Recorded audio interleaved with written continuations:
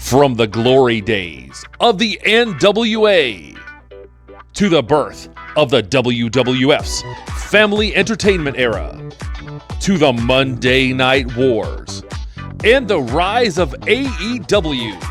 This is Way Back Wrestling Mania, where we cover everything in the professional wrestling world with your hosts, Adam and the Emerald Enthusiast. Welcome to another episode of Way Back Wrestling Mania. As always, I'm your host, Adam. And with me is my tag team partner, the co-host, the Emerald Enthusiast himself, Donnie. Donnie, how's it going? Hey, what's up, wrestling fans? It's the man whose ring runs on fanboy energy, the podcasting machine, the big nerd in green. It's the Emerald Enthusiast, and we're here to talk about AEW Revolution.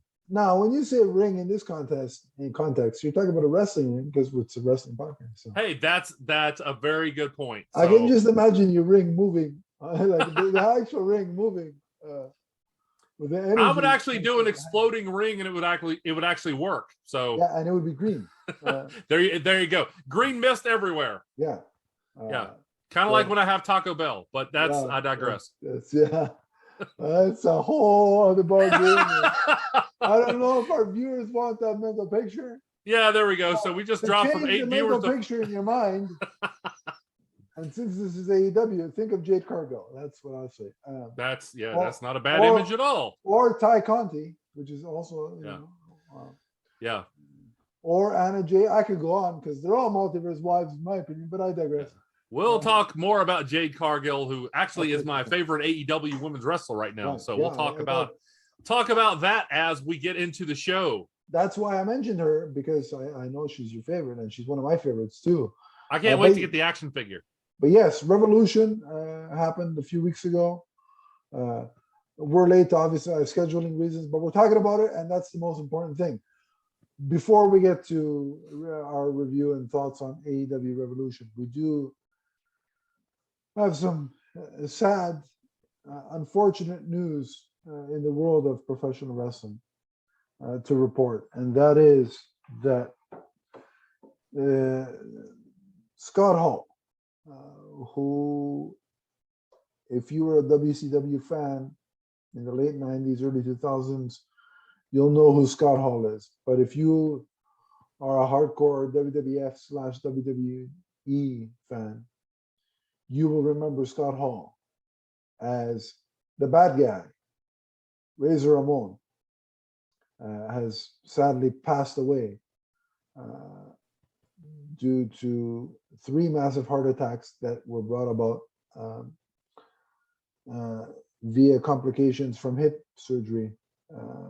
He was placed on life support, and unfortunately, when they removed life support, Scott passed away. Donnie, we're going to dedicate a whole episode looking back at his career, but this was a tough one. What an entertainer! What a performer in the ring! He had the look, the size, the skill. Some fantastic matches. You know, the ladder matches with Shawn Michaels come to mind. Again, we'll discuss this in a full episode. That's actually still in my top 5 favorite matches, the ladder match. Agreed. The character work, the Razor Ramon character. And again, I'm not going to narrow them down because, again, we're going to do a full episode looking back on Scott Hall and Razor Ramon's career. But the Razor Ramon vignettes is some of the funniest crap I've ever seen. The restaurant one was gold. Yeah. The wishing well one. The one pushing the guy in the wishing well, yeah. Is something that I imagine every time I see the Snyder Cult hashtagging things. And I want to be and the cult is the guy by the wishing well hashtagging.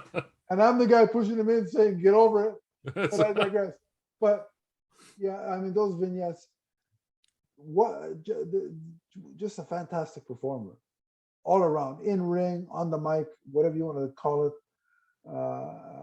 One of the best big men in the industry.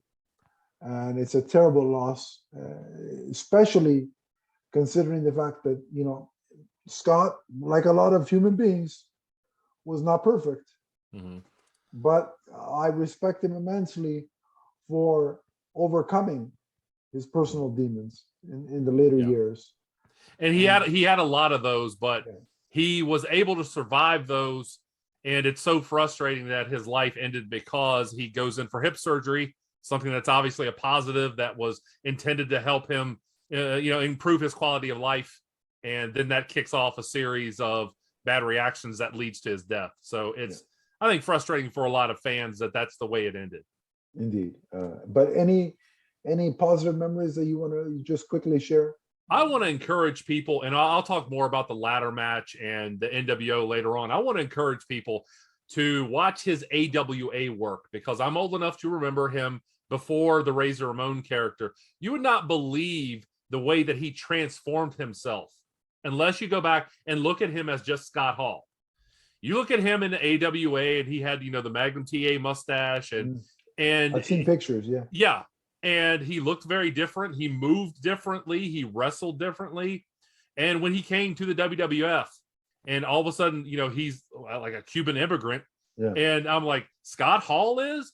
And he made you buy it. He made you believe he was this other person. So he did some magnificent work. And yes, and for a big guy, he was somebody who took the craft seriously. He didn't just rely on big guy moves. He carved out a unique niche for himself, the way that he wrestled. So I had a lot of respect for him as a performer, and he definitely deserves more of our attention in the future. Oh yeah, he's definitely going to get his own episode.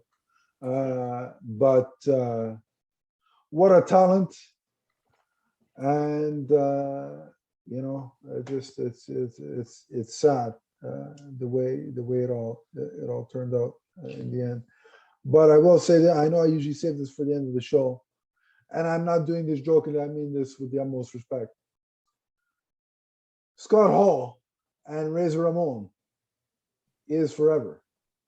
From the first time he threw a toothpick at an opponent to the last. Farewell, Scott. Yeah. All right. With that said, let's talk about the show in question. AEW Revolution 2021 or 2022, I should say. Sorry, 2022, March 6th to be forgot what year it is, but everything has run together the last 3 years. It's ridiculous. But Donnie, take us away. Let's start at the beginning of the show. Yeah, not the buy-in, because we're not. Not that there's anything wrong with the buy-in, but we're going to talk about the first match being Eddie Kingston against Chris Jericho. And of course, the storyline leading up to this was that Jericho said Eddie Kingston couldn't win the big one, and that he would shake his hand if he was able to defeat him. Yeah. So Jericho came out initially to a pretty substantial pop. Eddie Kingston's was louder. As the match went on, it seemed to be that the crowd was certainly behind Kingston. Mm-hmm. There's respect for Jericho, but Kingston has grown in popularity at kind of a very steady rate since coming to AEW. So, and even with, even though the crowd was singing, the Judas theme, again, they still seem to be in Eddie Kingston's corner. A lot of good wrestling here, a lot of good back and forth, not a lot of, they didn't do too much going to the floor. They didn't rely on a lot of, excess things from the outside. They made it a very personal, hard-nosed match that Eddie Kingston won with not a perfectly executed spot, but one that was fitting for the way that this should have ended and the story that they were trying to tell. So he beat Jericho, and then almost with one of his own moves, yeah, exactly, with the back fist, the spinning. Yeah, and I also like that, the fact, Eddie took down the straps to the singlet, and they were doing the chop spots. And again, it was just, it was two old veterans seeing who could, be more, who was harder, who was tougher, who was, who had more versatility and staying power on this night. That was the story. Eddie wins the match, and then Jericho leaves, which drew boos from the crowd because he did not shake Eddie Kingston's hand. Right. But before I talk about that moment, mm-hmm.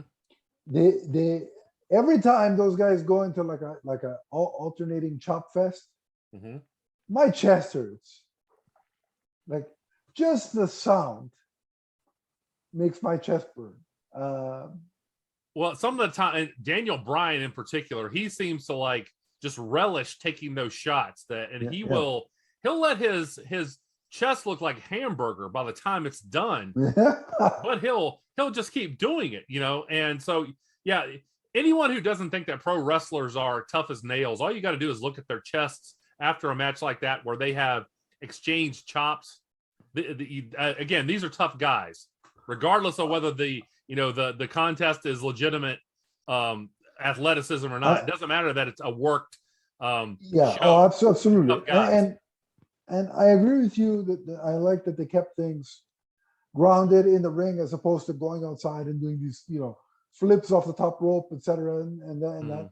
I think with these two performers and the feud that they presented, it needed to be in ring. It needed to be more brutal, more physical.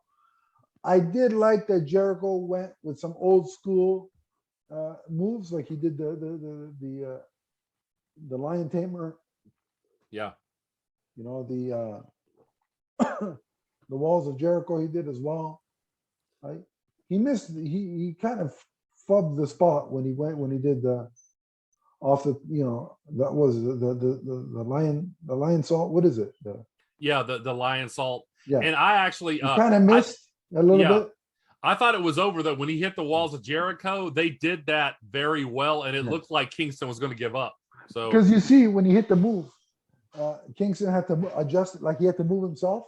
Yeah, I noticed that because he realized, I'm a little bit too far away here. And even still, I think Jericho hit his legs and not his. So so they missed that spot a little bit. They mangled that spot a bit.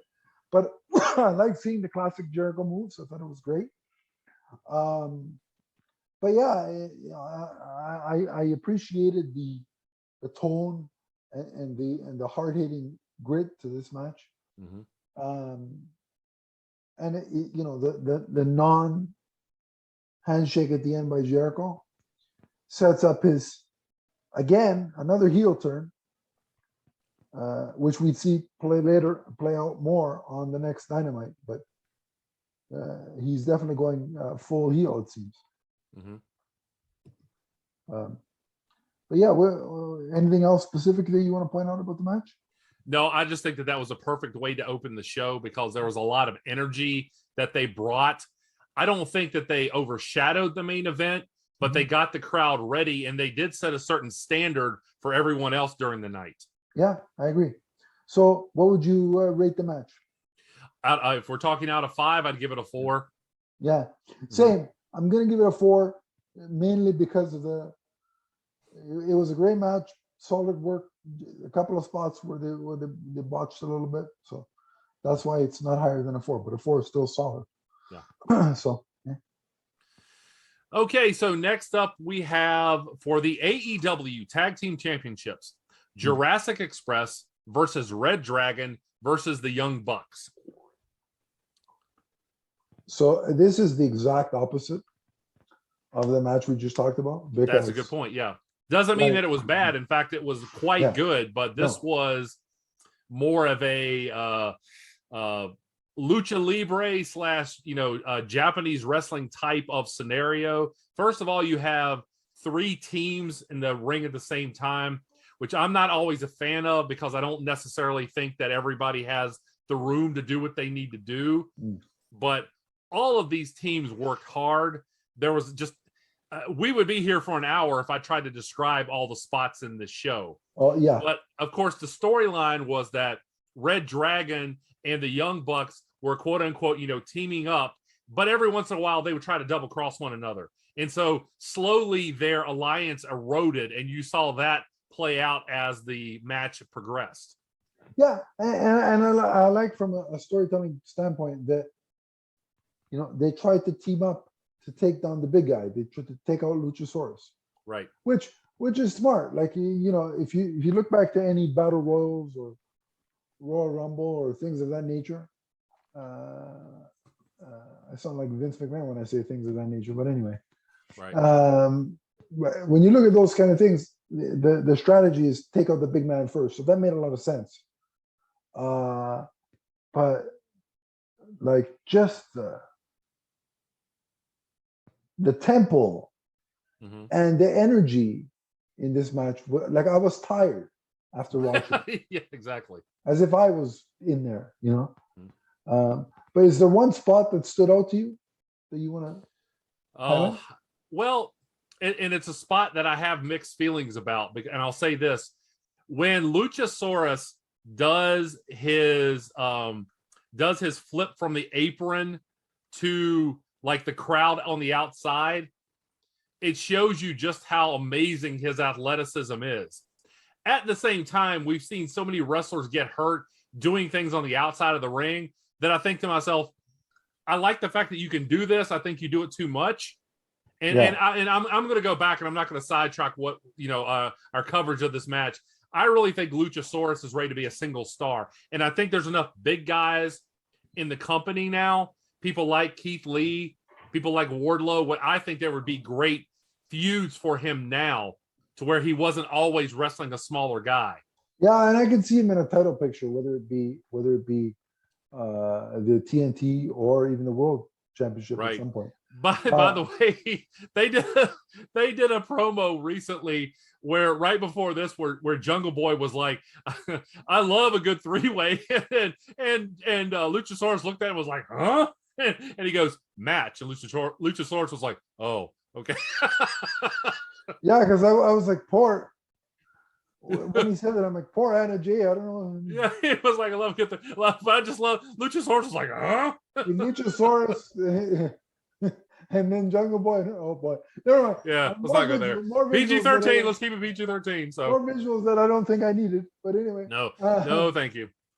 But the one spot for me that I found interesting, again, it was on the apron, and I think it was. I think it was. I want to say it was Jungle Boy. It wasn't a tombstone, but it was kind of like a tombstone. You know the spot I'm talking about? Yes, I do.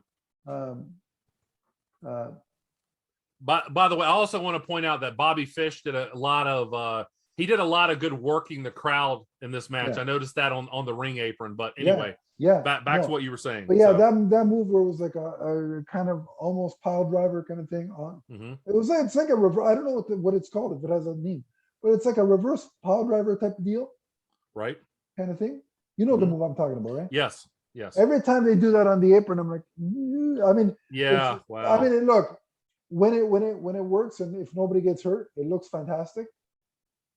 But every time I'm looking at that, I'm like, if this goes wrong, it's not going to end well. But that's any kind of spot like that always fascinates me. So that's what stood out to me in this match. But actually, I think Adam Page does more of that than anybody, doing things on the ring apron that I'm just like I kind of like hold my breath. Yeah. So I see you're getting catering there. Yes, I am. So, but I'm waiting for mine. Yeah, I don't know how it works that way. No, like I said, the tempo of this match was insanity, and what a 1-2 punch. The first two matches were off to a solid start. Is there anything else you want to say before we rate this? No, I just, obviously Jurassic Express retained, and eventually, things broke down into the, this high energy, chaotic end with the Jurassic Express retaining. This was another, like you said, this was the opposite of the first match, but it was a great kind of juxtaposition of the two matches to get the crowd. They carried over the energy from the first match, even though this was a different kind of match. And I thought it was great positioning on the card. Agreed 100%. And so what would you rate the match? I'm going to give it about a 4.5. There wasn't a lot to criticize in this match. Yeah, I'm the same. 4.5, really solid. No real botched spots. Kept the energy. It kept the excitement up and ratcheted the energy up to the nth Yeah. degree. So Yeah. solid placement on the card. I'm fully in on this match. Mhm. Now, Donnie, my camera is going to go off temporarily while I take some bites because I don't want people to see me eating. But we're going to continue talking about the match. So there we go. See, I'll carry. See, that's why he's the host and I'm the star. yeah, you can call yourself that all you want until you're fired. But take us through the next match while I take a few bites. Okay, we're going to talk about the Face of the Revolution ladder match featuring Ricky Starks, Powerhouse Hobbs, Orange Cassidy, Keith Lee, Christian Cage, and Wardlow. So this was another one of those matches that I really didn't know what to expect. I really thought just about anybody could win this. Mm-hmm. I noticed that the crowd started to chant for Wardlow, who seems to be increasing in popularity, but they did it kind of with the same cadence as the Goldberg chant. You know, it was Wardlow. Yeah, I noticed that. Yeah, and I think that's kind of a show of respect for Wardlow's the story of him kind of trying to break away from MJF and being kind of the bodyguard who endures abuse. And I think the crowd they bought into that, and they really like where he's coming out at the end of this. You know what that angle reminds me of, Donnie? Mm-hmm. Kind of like $1 Million Man and Virgil. Yeah, that's a good Virgil point. was like 5 feet taller. Right, right. Well, and I think that Wardlow is somebody that they're positioning to be, a main event player, and I think he has the potential to have some great feuds.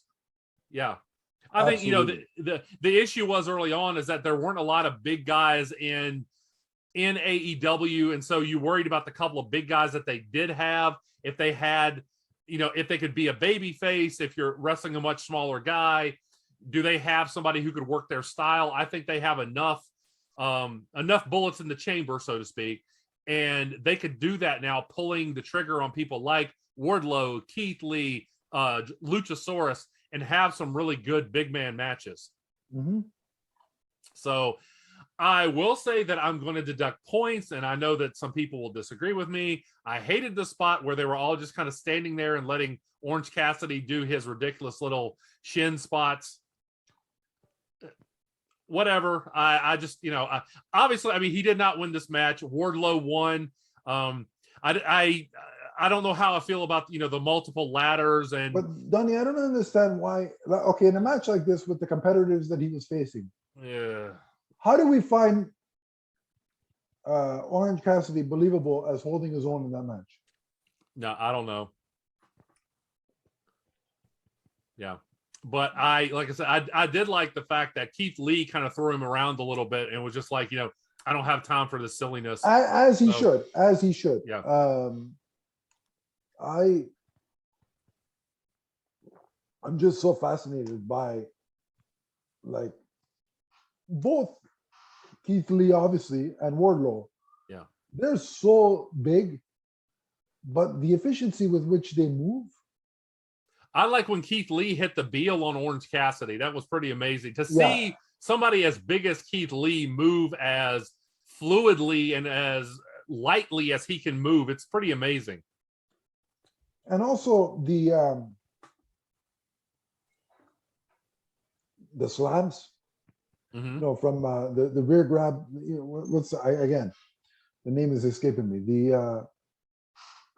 The body slam that unfortunately hurt Big E. What's it called? Are you talking about Keith Lee when he did what was it called, like the stalker spot? Yeah. Yeah. Okay. Because it's a similar type of slam, right? Mm-hmm. Just the way he physically can throw somebody around. Yeah. I mean, again, yes, wrestling is performance. It's predetermined. But you meet that guy on the street, are you going to want to piss him off? No, you. And if you get on and say, "Yeah, I'll do anything," you're probably lying to yourself. I think there was too many. I agree with you. Mm-hmm. There was too much ladder work, but there was that moment where who got power bomb onto the ladder. It was Ricky Starks. Yeah, I will say this: I did like the spot where he and Powerhouse Hobbs both got to the tops of the ladders at the same time. Yeah, and like they had to like evaluate their loyalty to one another as opposed to trying to get the championship, the whatever it was on the top of the ladder, the ring, the Sonic the Hedgehog ring. I forget. I was like, what is that with that thing? So yeah.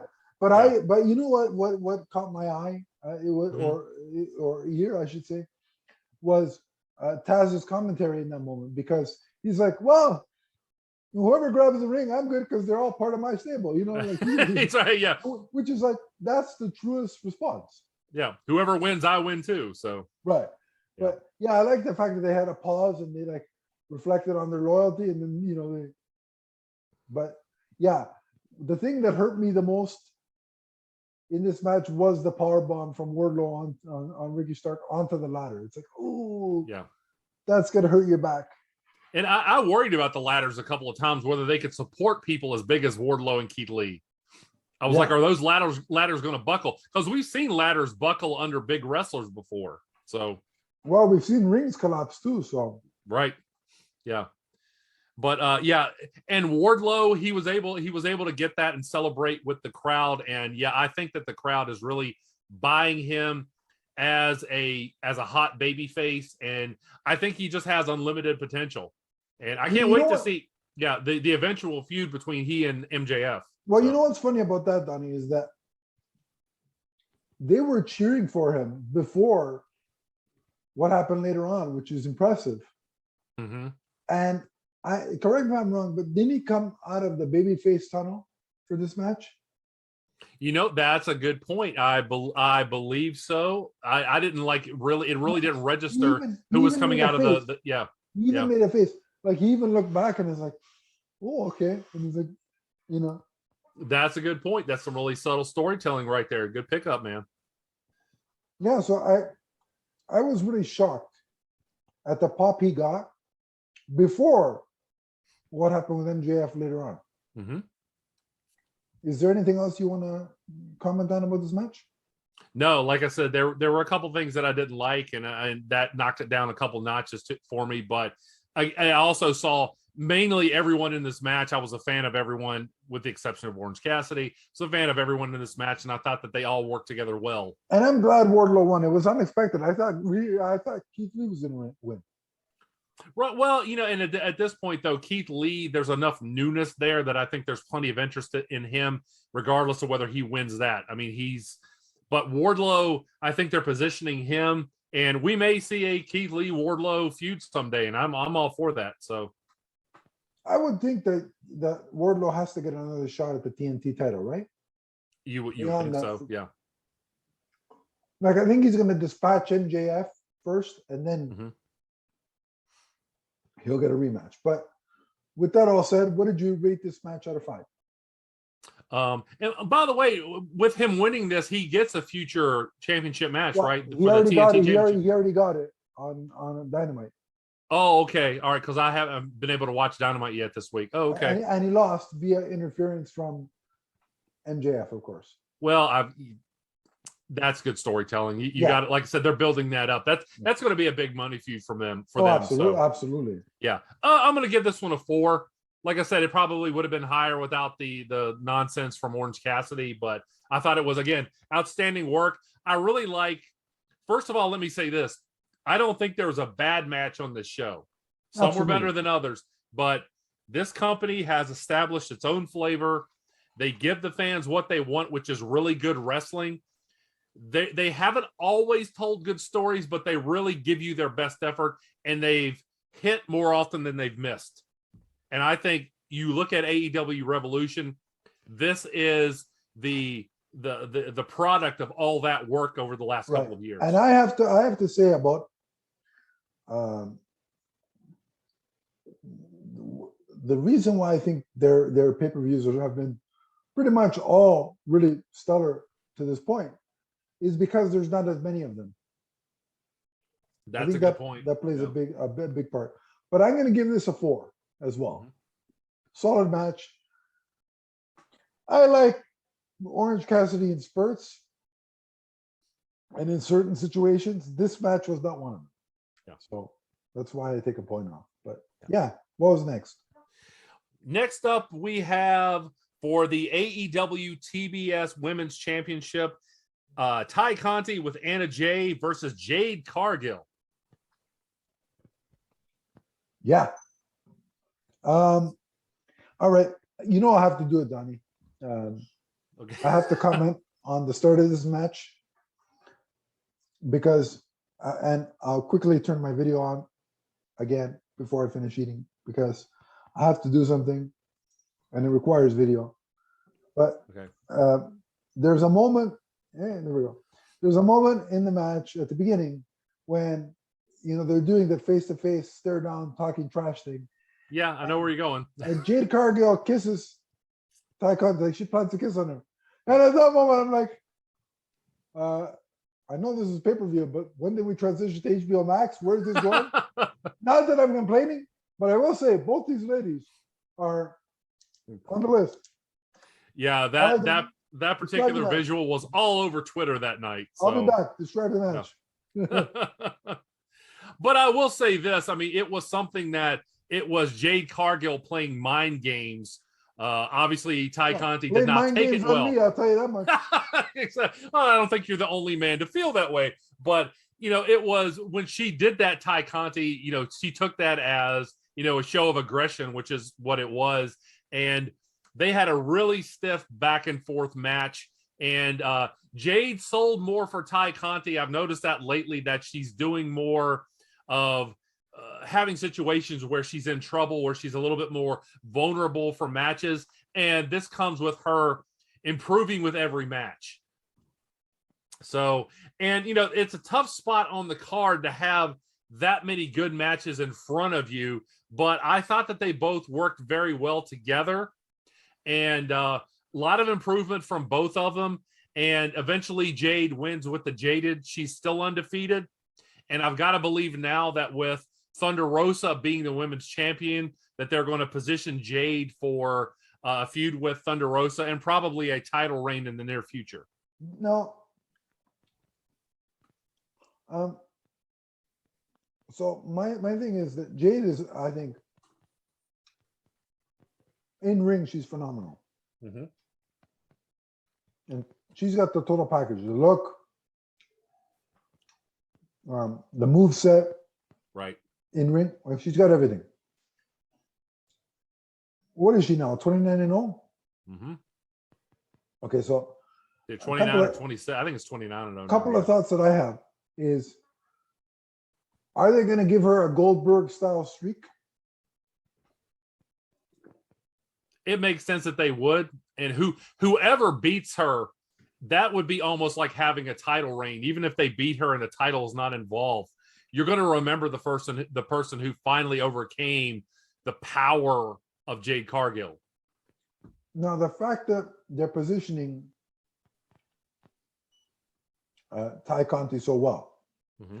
like you said, you see Jade selling for her a lot more than some of her other opponents. Mm-hmm. They're really trying to push Ty or Tay, however she wants to pronounce it. But do you think there's going to be a rematch where she eventually overcomes Jade, or how do you think that's going to work? I don't know. What I would do is have them not meet for a while and have Ty be somebody that if Jade does win the big title, that's one of her challengers. Because you can say that this is somebody who, gave Jade a little bit of trepidation that Jade didn't overcome easily. So wait, you think they're going to do title versus title? Well, I don't necessarily know. I mean, you may see a situation where where somehow she gives up the title, to go after the AEW women's title. There could be a unification where she goes title for title and holds them both. I don't think she's going to lose anytime soon, though. That's just the feeling that I get. But I think this planted the seed for a legitimate challenger for her in the future. Now, could they do something? Here's just a thought. Could they give her like 100-0 streak and then have her lose the TNT Championship, or sorry, the TBS Championship, and then, because they brought in Ruby Soho and there was a lot of fanfare. She had one title match, but then that was it, right? Right. So. Yeah, I haven't seen her now. I haven't watched every show. I've flipped through them recently. Has she been on Dynamite or Rampage recently, Ruby? Well, she's been on Rampage and YouTube. Okay. I keep forgetting to watch the YouTube show. Yeah. So, but okay. Could they, let's say, have throughout the court once as the streak progresses potentially to 100 wins, 100 and 0. Ruby rises through the ranks. I'm not sure it'll go to 100, but I can see it it doubling. The way they're going, it could. Yeah. But let's hypothetically for a second say that it does. Ruby builds herself up in the meantime as well. She eventually wins the TBS title, and then Jade goes over to face Thunderosa eventually. Right. And beats Thunderosa. I can see that playing out. Sure. But I like the balance between, like, the dichotomy of the match, that it was pro wrestler Jade Cargill versus martial artist Ty Conti. And yeah, I like that she used that she kind of chopped Jade down a little bit. Yeah. And test her cardio. That's another thing, is that Jade's matches aren't very long. And so you can have people use the storyline of trying to drag it out and exhaust, the big giant woman. Yeah. And to be fair,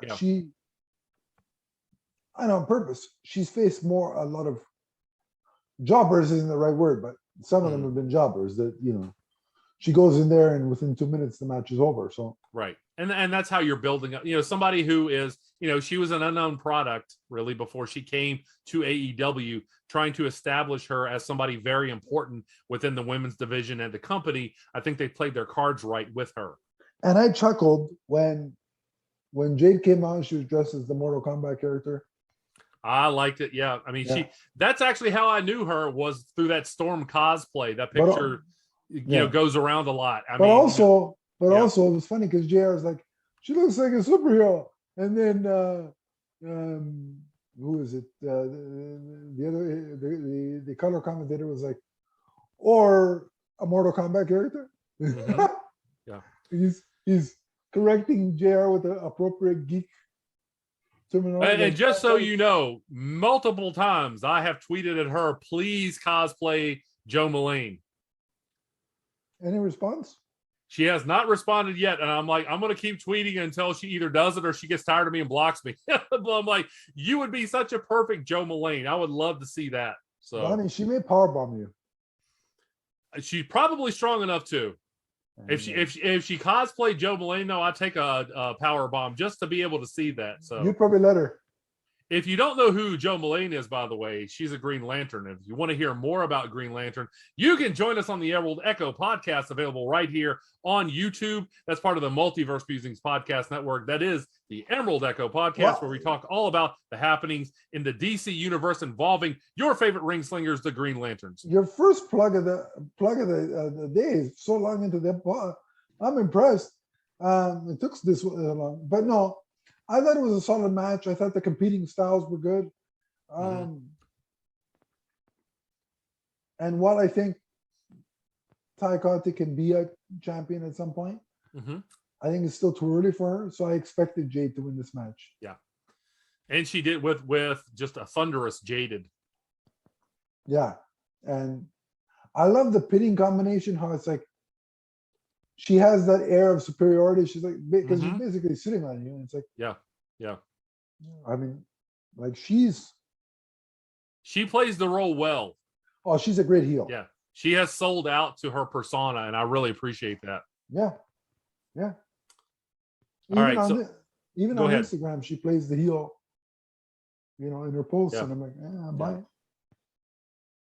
But you were going to say? Yeah. I just want to say too, she does a lot of like really artistic modeling too that I've seen online, and it's she's just, and she was obviously a great athlete as a basketball player, so she's incredibly talented in many areas. Powerful, talented, and stunning.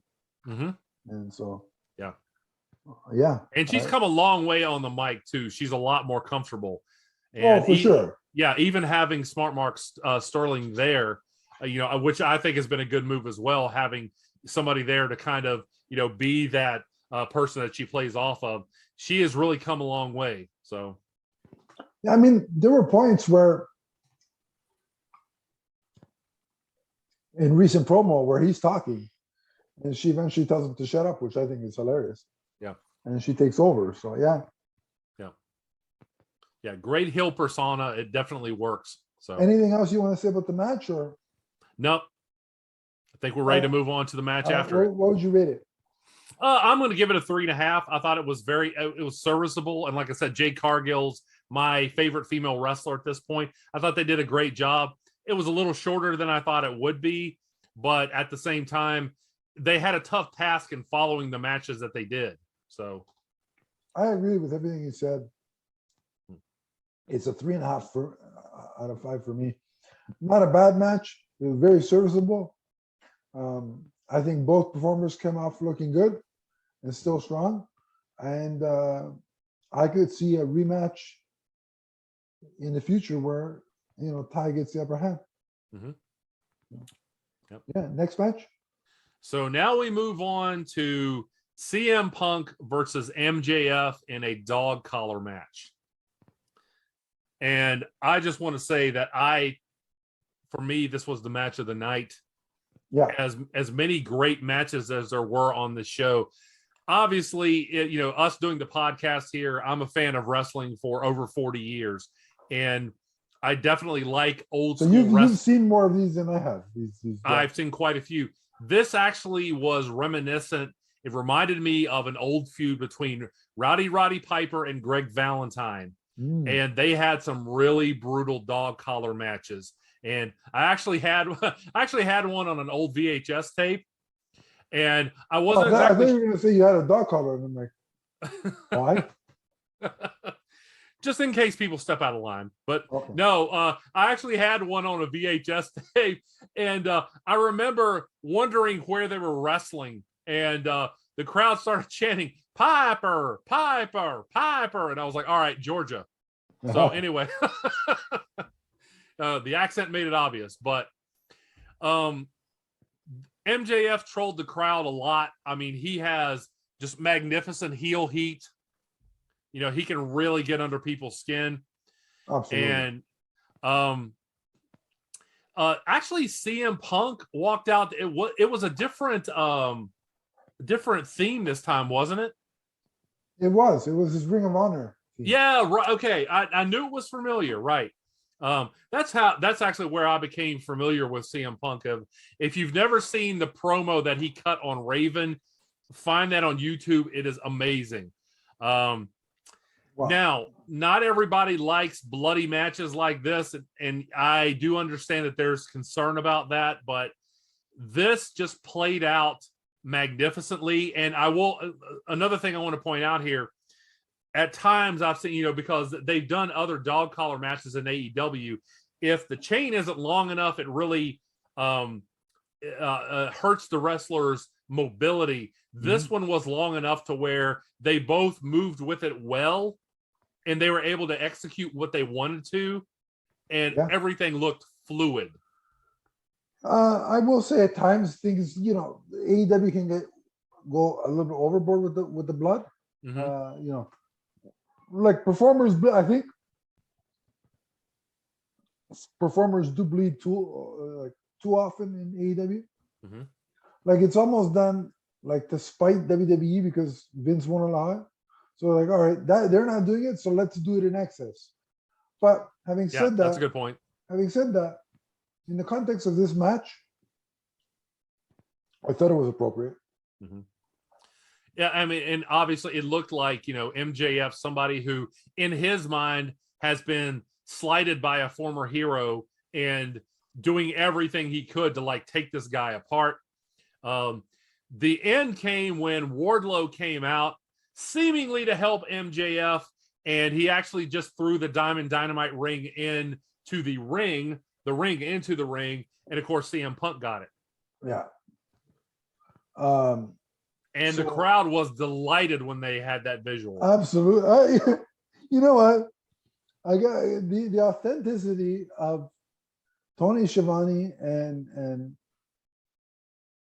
JR and the other guy. I keep forgetting what his name is. The other commentator, the one with the mask. Excalibur. Yes, thank you. Yeah. They authentically sell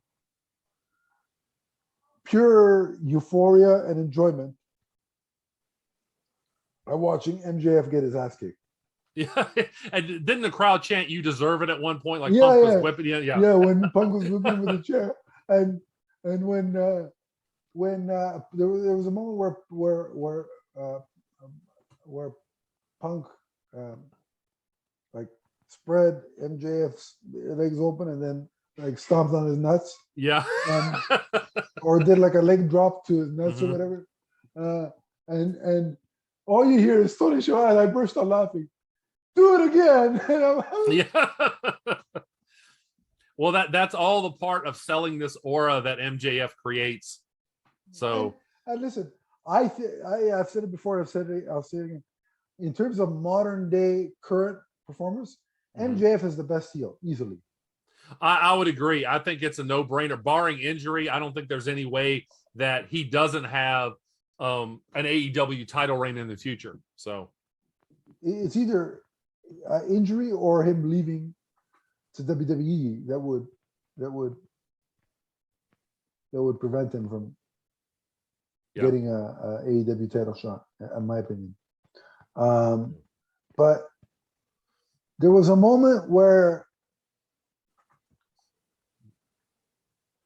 MJF had gotten the upper hand, and he was whipping CM Punk with the dog collar, the chain, and everything. Right.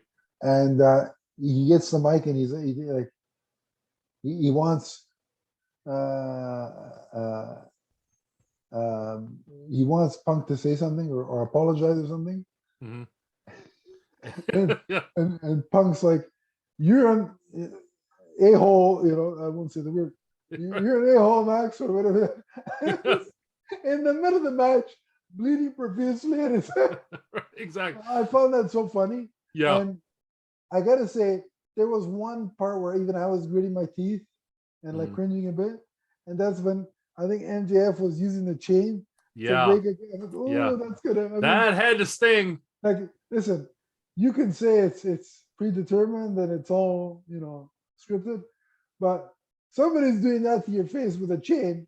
Yeah. That's still gonna be. It doesn't matter if you knew it was going to happen or not. It's still going to hurt. Yeah.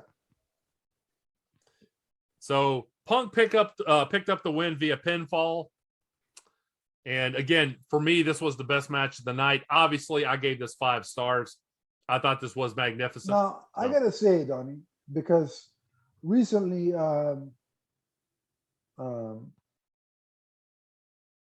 what's his name? Eric Bischoff has been critical of AEW and saying, "Oh, I don't see them being able to tell story. Like, they're not good storytellers." And I'm like, did you not watch the build to this match? I thought it was, yeah, exactly. It's amazing. So I thought it was great storytelling.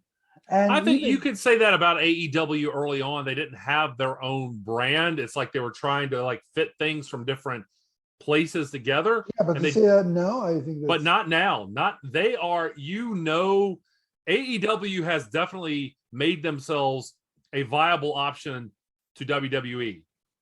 And even the Wardlow turn, like that's a great storyline too. It's been building for a better part of a year almost, right? So, so I disagree with Bischoff there. Oh, likewise. And weren't you guys doing the finger poke of doom in WCW? Yeah, I was going to say, if you want to talk about some missteps, boy, we can try out some WCW stuff. Dennis Rodman, I mean, you should be the last one.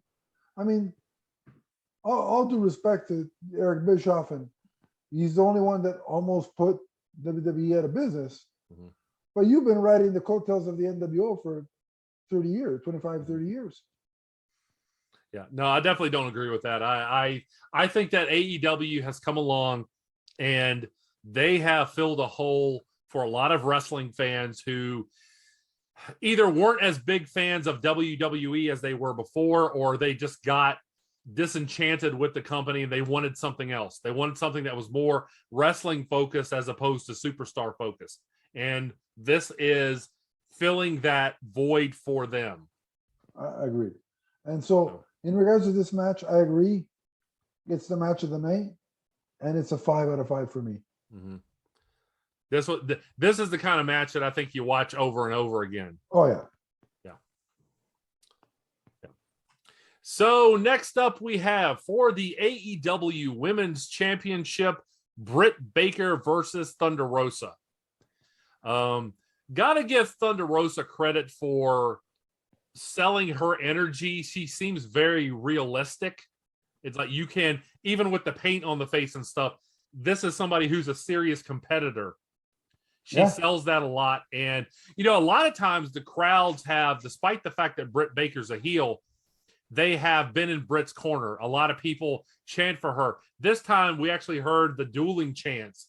A lot of people were for Thunderosa. Yeah. And they worked so hard and so fast in like the first 6 to 8 minutes that actually saw them looking like they were a little fatigued around the 10-minute mark. Yeah, I can see that. Yeah. I mean, they were back and forth and back and forth. And I liked the spot that I really liked was the false finish on the curb stomp. It looked like Britt was going to win and Thunderosa kicked out.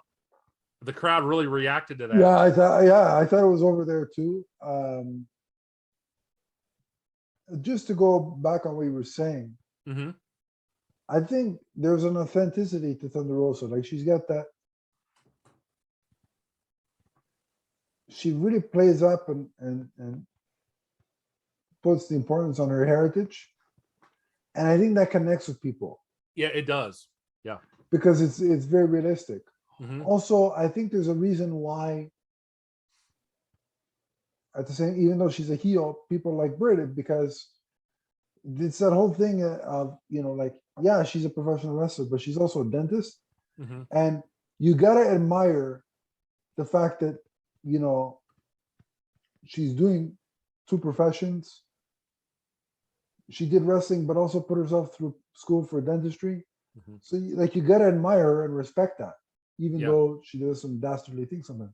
I kind of like that because hey, a little bit of a bad girl is not a bad idea. Listen, on the other side of the table, I'm all for a woman that runs around with a doll and has some dark crap going on. So I like a little bit of freaky characters every once in a while. Catwoman as it comes to mind. So I'm not opposed to that. So, but no, what I'm saying is I get why the crowd does cheer for Brit, but the pull towards Thunderosa is was very real, and I think it's again the heritage, the fact that she's so proud of her heritage has a lot to do with it. Especially you believe that believe, and but the reason I think people are attracted so much to Brit is that she's obviously having fun. She likes what she does. She doesn't have to do this. She could just be a dentist. I shouldn't say it that way. She could be a dentist, and that's obviously a career unto itself. She does this because she loves it. Yeah. And that definitely comes across on screen. Thunderosa, again, you talk about her heritage and her pride in that and her tenacity and her toughness. That came across in this match. A lot of back and forth stuff. Eventually, Britt picked up the win. However, and this shouldn't be a spoiler because this should be posted long after everybody's had a chance to see it. Thunderosa is now the AEW Women's Champion. And that cage match, oh boy. That was one hell of a oof. Again, I like the fact with AEW, they have never looked at their women as eye candy. Not that they're not attractive, but they work just as hard as men. My pen can attest. Yeah. there are many multiverse wives in AEW.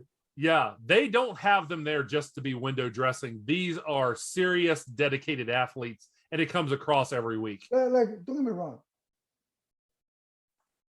In all fairness to WWE as well, in the last 5-10 years, the women are being treated as performers and not just they're not just doing the bikini matches and the Mm-hmm. and the brown panty matches and the gravy ball matches. Don't get me wrong. When I was in my early 20s and late teens, I enjoyed the hell out of those matches. Okay.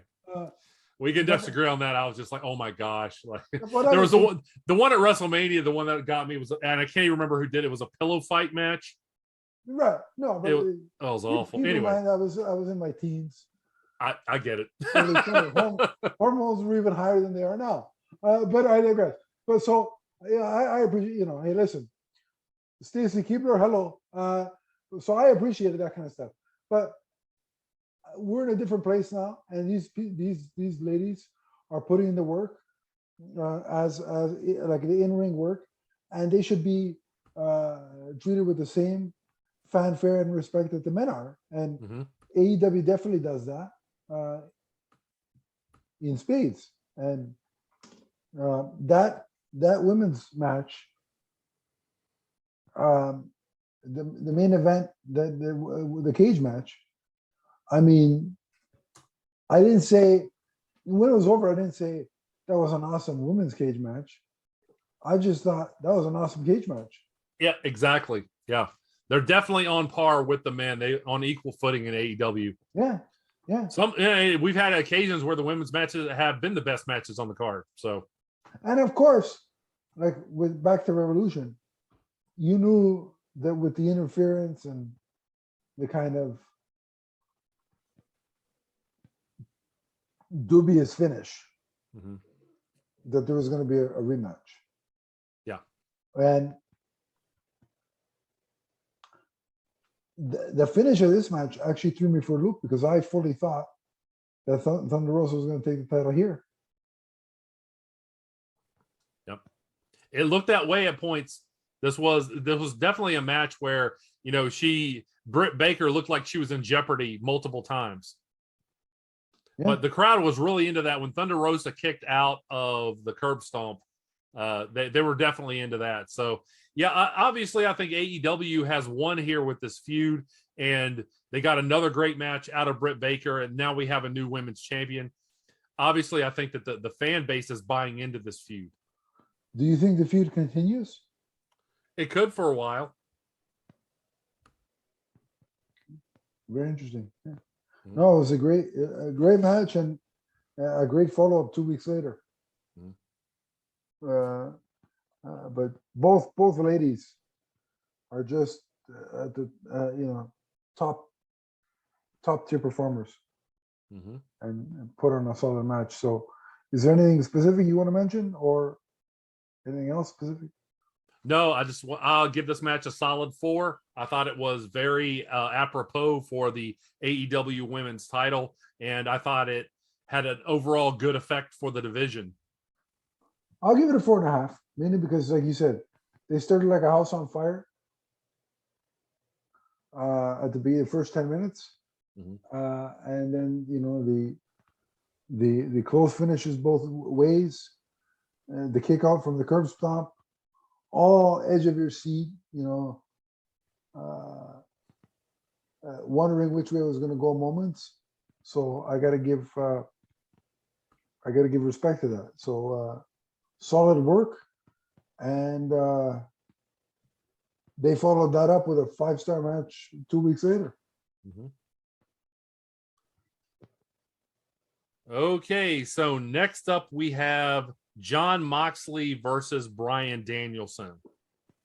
And this is another match that I can say this is why I watch pro wrestling. This was hard-nosed. The narrative was that these were two guys who respect one another, but they're trying to prove a point to one another. Yeah. Both guys ended up bleeding. I don't know if I've seen another match in AEW where both guys bled. Maybe I'm just forgetting, but this I think wasn't it Dustin and Cody? It could have been,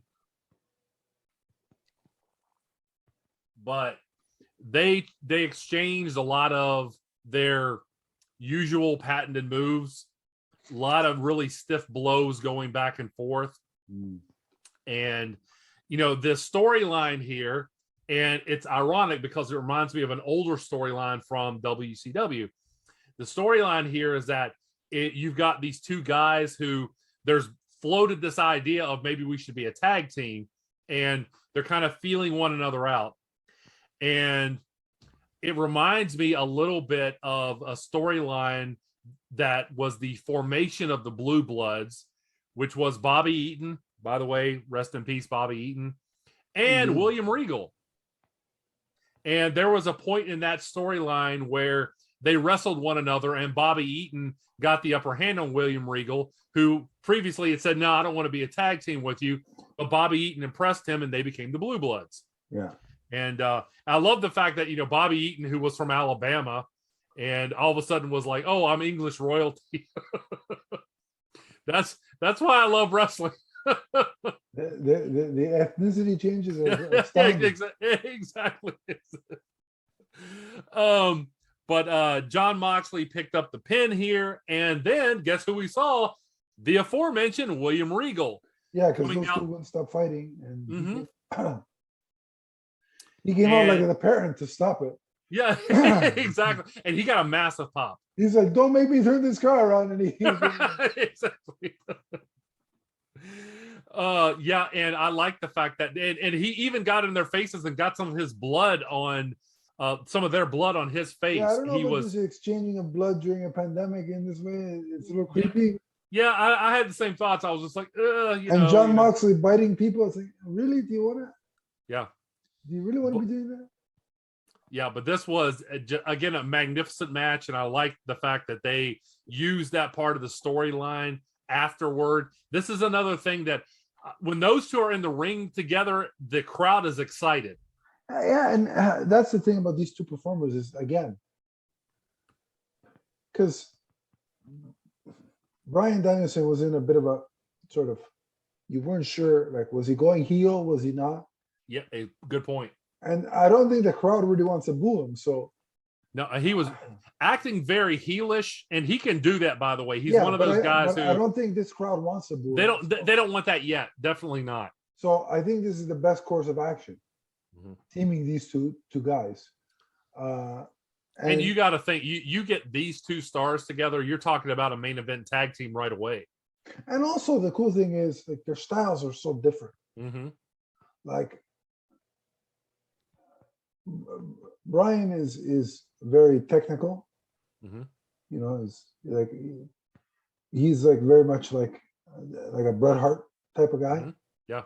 Whereas John Moxley is very much a brawler, a brute. Well, kind of like the Hart Foundation. Yeah. Jim Neidhart. Yeah. Yeah. So I think this is a great pairing. I think, the match itself, the pretext of the match is, before I partner with you, you got to earn my respect, and we got to bleed together. So it made sense that there was actual blood because it was referenced in the promo. And the chop fest was quite painful. Yeah. And William Regal got a big pop, like you said, and as he should. The guy is wrestling, a wrestling legend, wrestling royalty, and he shouldn't be relegated to spots where he's kissing Vince McMahon's ass. So cheers to have him. Yeah, exactly. Cheers to having him in a better role. Yeah. So what would you rate this match? I'll give it a 4.5. Likewise, 4.5. Not very much to criticize here. It wasn't, I don't think it was quite on the level as MJF and Punk, but it was another just magnificent show. And like I said, it was a lot of old school type of wrestling. It wasn't, and I'm a fan of Lucha Libre and Japanese wrestling, but yeah, there are certain guys that should be doing the high flying leaping. Right.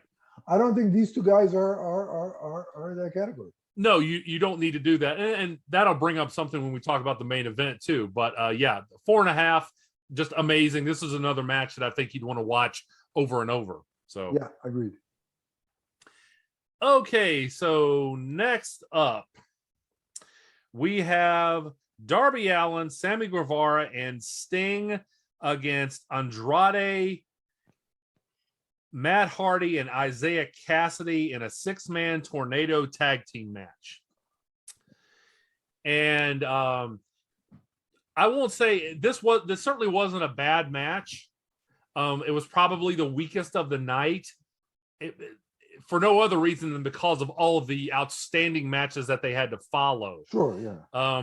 Sometimes the action was a little hard to follow what was going on. Yeah, because it was going all over the arena. Yeah, it was all over the place. There was one spot where Cassidy and Guevara, there was a Spanish fly spot off a platform through 2 tables that I was just like, oh my gosh, that had to hurt. Absolutely. Sting did another high spot, and I'm going to say it again. I don't think a 60-plus-year-old man needs to be doing this kind of stuff. Look, I will agree with you. He doesn't need to be doing that, but I got to give him props. He's tough. That was a hell of a moment. But the crowd liked it. But that was my spot of the night, just because. My God, I can't believe this thing is doing this. Yeah, but I agree. At the same time, I don't think it's safe for him to be doing that. Yeah, that was through double-decker tables too. I mean, it was. I held my breath. I was just like, I hope the guy gets up after that. Yeah. Yeah. So in the end, and Darby Allin. By the way, Darby Allin kind of missed his finish towards the end. He did. I know. If you saw the reverse angle, he always completely missed. But Darby and Guevara and Sting picked up the win. And again, good serviceable match, but I think they actually put it in front of the main event, really to kind of give the crowd a breather before the main event hit, between that and Moxley and Bryan Danielson. So yeah, and there was no real, aside from the breakup of the Andrade Hardy family office, or whatever the hell they call themselves. Like, those 6 really didn't have a storyline with each other. It was just to make sure they had spots on the card than anything else. So that's why it took away from the match a little bit as well too.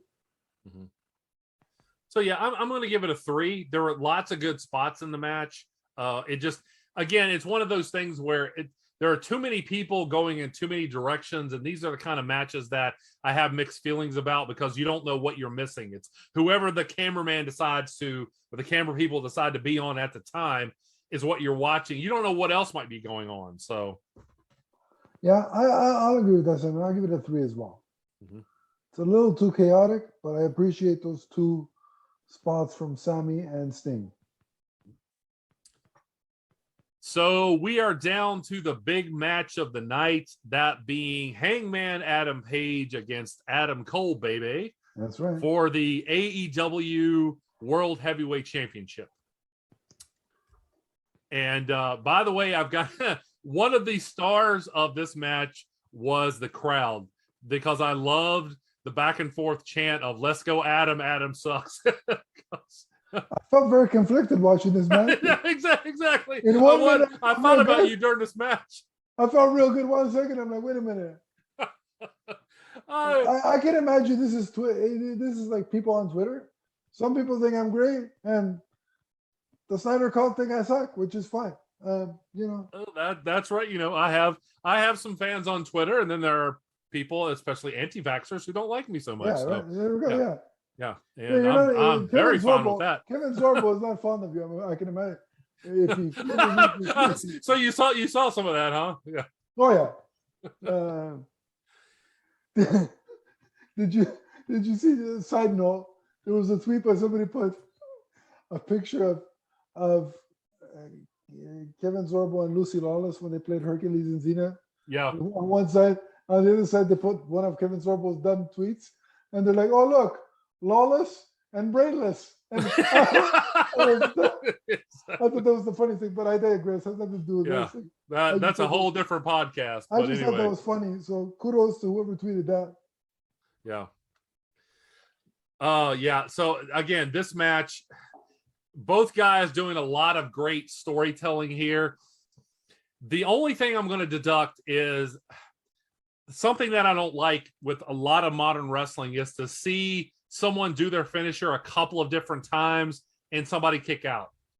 Yeah. I really think that you need to kind of limit somebody kicking out of a finisher to like one time. And we actually saw Adam Page deliver his finisher, I think, on the floor once, and then there was another time in the ring, and Adam Page kicked out of that. Okay, and I'm not saying this because I expected Adam Cole to win. I definitely expected Adam Page to win, but you don't want to make somebody look like their finisher can't take out anybody if it's hit well one time. And the one on the floor looked particularly devastating, and Adam Page kicked out. So I was just like, I think maybe they overdid it there. I agree with you, but the only sort of explanation you can give is the time, because the one that happened on the outside, right? Mm-hmm. It took time for Adam Page to get Adam Cole into the ring. Mm-hmm. And so in that time span, you could have given a little extra juice. Sure. You know what I mean? Mm-hmm. So that's the only kind of way I'll explain that away. But I get your point. I absolutely get your point. Yeah. Another thing that I want to say is that, and I appreciate how hard Adam Page works. The moonsault to the outside, I don't think he needs to do that. He can do that as a special spot, but I look at that and think if he lands wrong and like blows up his foot or something like that, it could shorten his career. It could shorten his push. He doesn't need to do, and his character doesn't need that either. Much like I talked about with Luchasaurus. I don't think that they need to do that spot as routinely as it is done. Likewise with Charlotte Flair, she takes some chances doing things like flips and moonsaults on the outside of the ring, and I don't think she needs to do it. But this match was another hard-worked match. We saw a Red Dragon come out and do some interfering in the match and made things a little bit more, trepidatious for Adam Page. But a lot of great back and forth action. Then members of the Dark Order came out to neutralize. Right. Them. Remember the Dark Order? The odds were not in Red Dragon's favor at that point. Adam Page has lots of backup. So yeah, and I like the fact that it's the Dark Order still exists, but it's not a cult anymore. Like it's not right. Before it was being built up like a cult kind of thing. Right. And it's not that anymore. But they still have Adam Page's back, even though he's not an official member. You know what I mean? That's a lot of guys that you've signed that you got to do something with them. And by the way, you can't tell me that the negative one doesn't take every chance he gets to hug Ty Conti. And good for you, sir, young man. Good for you. Well, you can get away with it. Go for it. Because the things I used to do and get away with back in the day. Cheers to you, little man. Someday you ought to tell people that story about how using your crutch, but we won't. Yeah, I won't divulge that now. That's a Patreon exclusive. There we go. You want to know how you used to, crutches and canes? Yeah, you have to get on the Patreon. So, yeah. So, again, the crowd was really into this match, especially with the "Let's Go Adam sucks" chants. Yeah. But Adam Page picked up the win. 25-45 to retain the AEW championship. I expected him to. I didn't think that they would put the belt on Adam Cole at this point. I think there'll be a rematch when he does get it. Mm-hmm. Adam Cole is very popular with the AEW crowd. So he's another person. It's another great move that Tony Khan has made to establish his company as a major entertainment player. Okay. Now, the thing is, when they do eventually put the title on Adam Cole, because I think eventually Adam Cole will take it from Adam Page. All right, here's the deal. Adam Cole gets the title, and I get Britt Baker. No, I'm just kidding. Anyway, and Adam Page, you probably have a horse somewhere. Right. So, by the way, there was a really sweet picture after she lost the belt. There was a picture of Britt Baker just covered in blood and him hugging her. Yeah. On Twitter. Yeah, I mean, that's... and I'll channel Dolph Ziggler and say it should have been me. No, but no. So when they eventually do put it on Adam Cole, who is his main feud going to be with? Because you have to put him against somebody that's really over. Yeah, I don't know if they're going to have it on Adam Cole at this point or not, or if there's going to be more time. I would think that in the near future we see a feud between Adam Page and MJF. Yeah. And and the next, I mean, you got to believe that if there's a heel champion who was a heel champion in the making, it's got to be MJF at this point. So, I would think so. Yeah. Yeah, that's a good point. Well, that's why you have me on way back Wrestling Mania to make good points like that. That's right. Yeah. No, but and for shameless plugs. Indeed.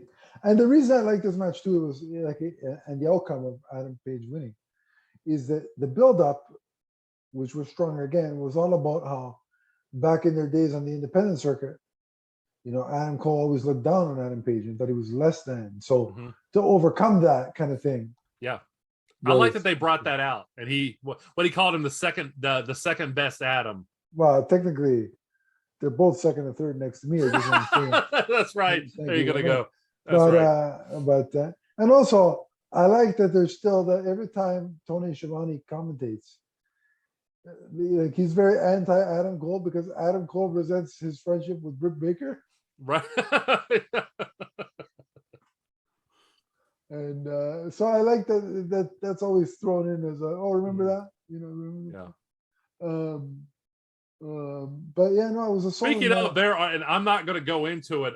There are some, how can I say this nicely? There are some very thirsty fans, female fans on Twitter who I saw tweeting things at Adam Cole.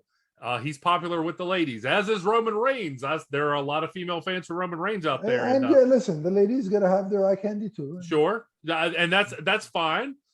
Some of the things kind of cross the line of decorum. Oh, absolutely. Yeah. Have you ever watched those thirsty, like those celebrities reading thirsty tweets? Oh, boy. Yeah. Woo. poor Andrew Garfield. It's like, no, I'm not going to do that. And it's like, so yeah, you could. There was this one young lady tweeted something at Adam Cole, and I was like, wow, okay, but can't go into it here. I don't know how they can type certain things. Like it's like wow. But no. So I thought like the storytelling of the match and the payoff of the angle that was built up. I thought it was well done, and clearly this feud is not over because Adam Cole, says, in a recent promo on Dynamite says, you got lucky once, it won't happen again. And to me, Adam Page's buckshot lariat from the outside to the inside. I love that move. Oh, that is a great finisher. Yeah, because it believably could knock you out. Exactly. I love that finisher, and that's why I say I don't think that he needs to do like moonsaults and things like that because he has a move set that works so well in the ring. The only thing though, and I think they're selling it well, is that other wrestlers are starting to catch on, and you see them dodge it a little bit more. So he's got to get more spontaneous and with it. I think. Yeah. Kind of neutralize that. Yeah. And there's been times like he hasn't gone to the outside, like he'll use the inside of the ropes and like use the second rope to do it and things like that. So there are variations on it. So I do, but I love that move. He hits it so well. Such a great move. I love it too. And the whole he's if Steve Austin is a redneck, kind of persona, like he's the cowboy Steve Austin. I would say. Yeah. He's not as uncouth as Steve Austin was. He's got the beer thing. Yeah. But he's a little bit more refined, slightly more refined than Steve Austin. Yeah. I dig it. Yeah. And so, no, a great match, great main event. These two guys are tremendous workers. Yeah. Either one are believable champions. They both have great names. And I don't know. I haven't seen Adam Page's significant other, but Adam Cole's got some great taste. I'll just say that. So I enjoyed this match quite a bit. But Is there anything else you want to mention, or No, I'm just going to say that was 4.5 stars. Not much to criticize. Like I said, there was a couple spots that I didn't think they needed to do, but this pay-per-view overall, top to bottom, might be AEW's best effort so far. Quality show altogether. Yeah, I'm gonna give it a 5. It's my second 5-star match. I like those high spots, even though I know why you're saying he doesn't have to do them. Right. But the fact that he's that big and can still like do that at the speed at which he does it, and so far hasn't hurt anybody, himself or his opponent, as opposed to the guy on SmackDown last week. That guy just seems reckless to me, but I digress. Yeah. I don't even know who he is. By the way, get better soon, Big E. Yeah. We're behind you. Cheers, So. Big E. Yeah. Get well soon.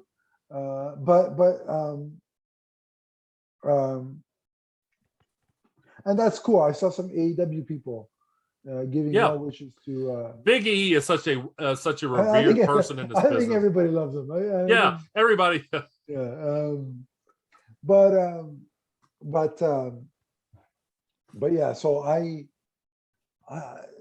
it's the second 5-star match for me of the night, and I agree with you, top to bottom. What a great pay-per-view! And again, in what has it been, three years of AEW? Mm-hmm. Yeah, I can't say I've seen a bad pay-per-view. Well, I think it's closer to 2.5. I don't know. I'd have to go back and see exactly. The point remains, I haven't seen a bad pay-per-view. But they're definitely getting better. I mean, there is a lot of improvement from those early absolutely. days. But not one has been like, oh my God, that was insufferable. You know what I mean? Like, I haven't sat here and thought that was insufferable. What a waste. You know what I mean?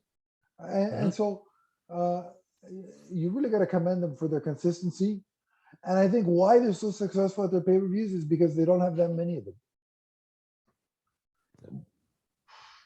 Yep. Here's that picture of Adam Cole and Britt Baker, by the way. Yeah. I don't know if I'd kiss her with the blood, but that's just if that's your significant other, that's fair. That's you do what's necessary. So true enough. Yeah. But also the other thing I'll say too, what I got to give AEW props for in general is the fact that on their show, a title can change hands on television. Yeah, that's a good point. 9 times out of 10, and this is not a knock on WWE, it's just the way it is. 9 times out of 10, if there's a title match on Raw or SmackDown, the title is not changing hands. There have been recent examples like where that's been the opposite, like RK Bro, and I can't stand Riddle still, but they won the tag team championships on Raw, and Ricochet finally won the Intercontinental Championship on SmackDown. But barring those two recent events, 9 times out of 10, a title does not change hands on WWE TV. Right. Whereas another thing they do is having the champion take a pinfall loss in a non-title match. Yeah. It doesn't lead to anything else. Or just, the Intercontinental Champion got beat last week. And I'm like, well, shouldn't that lead to a title match? But anyway. I think so. Yeah. But on AEW, a title can most certainly change hands on Dynamite or Rampage. And I like that. I like the unpredictability of that. Yeah. So got to give them props where it's deserved. But that brings this episode to a close. Donnie, what's the next pay-per-view for AEW? Do we know? They actually do have a list. I don't have a commitment. Yeah. They do have a list of pay-per-views out. So I think Full Gear in May, correct? That may be right. Or no, not Full Gear. We already did Full Gear. It's Double or Nothing. Yeah. Double or Nothing? Yeah, it's Double or Nothing. In May, right? Mm-hmm. Okay. So we'll be back for that. But of course, in wrestling in general, we'll be back. May 29th. Double or Nothing. Yeah. Right. So we'll be back with AEW for that. But we'll be back before that because, of course, we'll be covering the 2-night event, the spectacular, the whatever. The granddaddy of them all. Yeah, WrestleMania is coming. By the way, if you're an AEW fan only and you're offended that we talk about WWE too, I'm sorry. We cover both companies. So yeah, we cover both companies. And look, I'll criticize WWE when needed. I'm not gonna let my childhood bias from when I was a kid, give me these rose-colored glasses. When WWE needs criticizing, I'll criticize them. Oh, likewise. There's plenty to criticize. Yeah. When AEW needs criticizing, I'll criticize them too. but I love professional wrestling. Both companies. This is not hockey where I am firmly aligned with the Toronto Maple Leafs. I'll never cheer for the Montreal Canadiens. I'll never cheer for the Ottawa Senators. This is not hockey. I can root for both wrestling companies. I want both of them to put on a great product. Yeah. And because like I've got, as it stands now, I've got Monday, I've got Raw, which is the last few weeks has been a 3-hour slog, but I digress. On Tuesday night, I have NXT 2.0, which has been great. It's been the best WWE related show for the last couple of weeks. And it's got a lot of my multiverse wives on that show. I'll tell you, AEW Dynamite on Wednesday, and then Friday Night SmackDown. So, I've got a lot of wrestling to watch, and I'm not going to complain about that. I'm going to enjoy every minute of it. So that's what we do here. We show love to both when we have to. We show hate to both when it's deserved. Sure. And everything in between. But we hope you stick with us. We hope you'll join us for our WrestleMania coverage. And again, when we cover Double or Nothing. That's it. Double or Nothing. And until that time, if you want to talk wrestling with Donnie or I, you can on social media. Donnie, where? You can find me on Twitter as the Emerald Enthusiast. Let's try that again. You can find me on Twitter as the Emerald Enthusiast. Let's talk comics. Let's talk collectibles. Let's talk wrestling. Let's talk Green Lantern. And if you want to talk to me, you can at Adam_LeafsFan on Twitter. The podcast network has its own Twitter handle at MMNPDC. We have a Facebook group, which is listed in the description below. Click that. I will add you, and we can continue the conversation there. Please subscribe and tell a friend to do the same. Indeed. I second that. And Baby. there you go. There you go. And until next time, remember that AEW is forever. From the first time two performers excessively bleed to the last. So long, everybody. So long, everyone.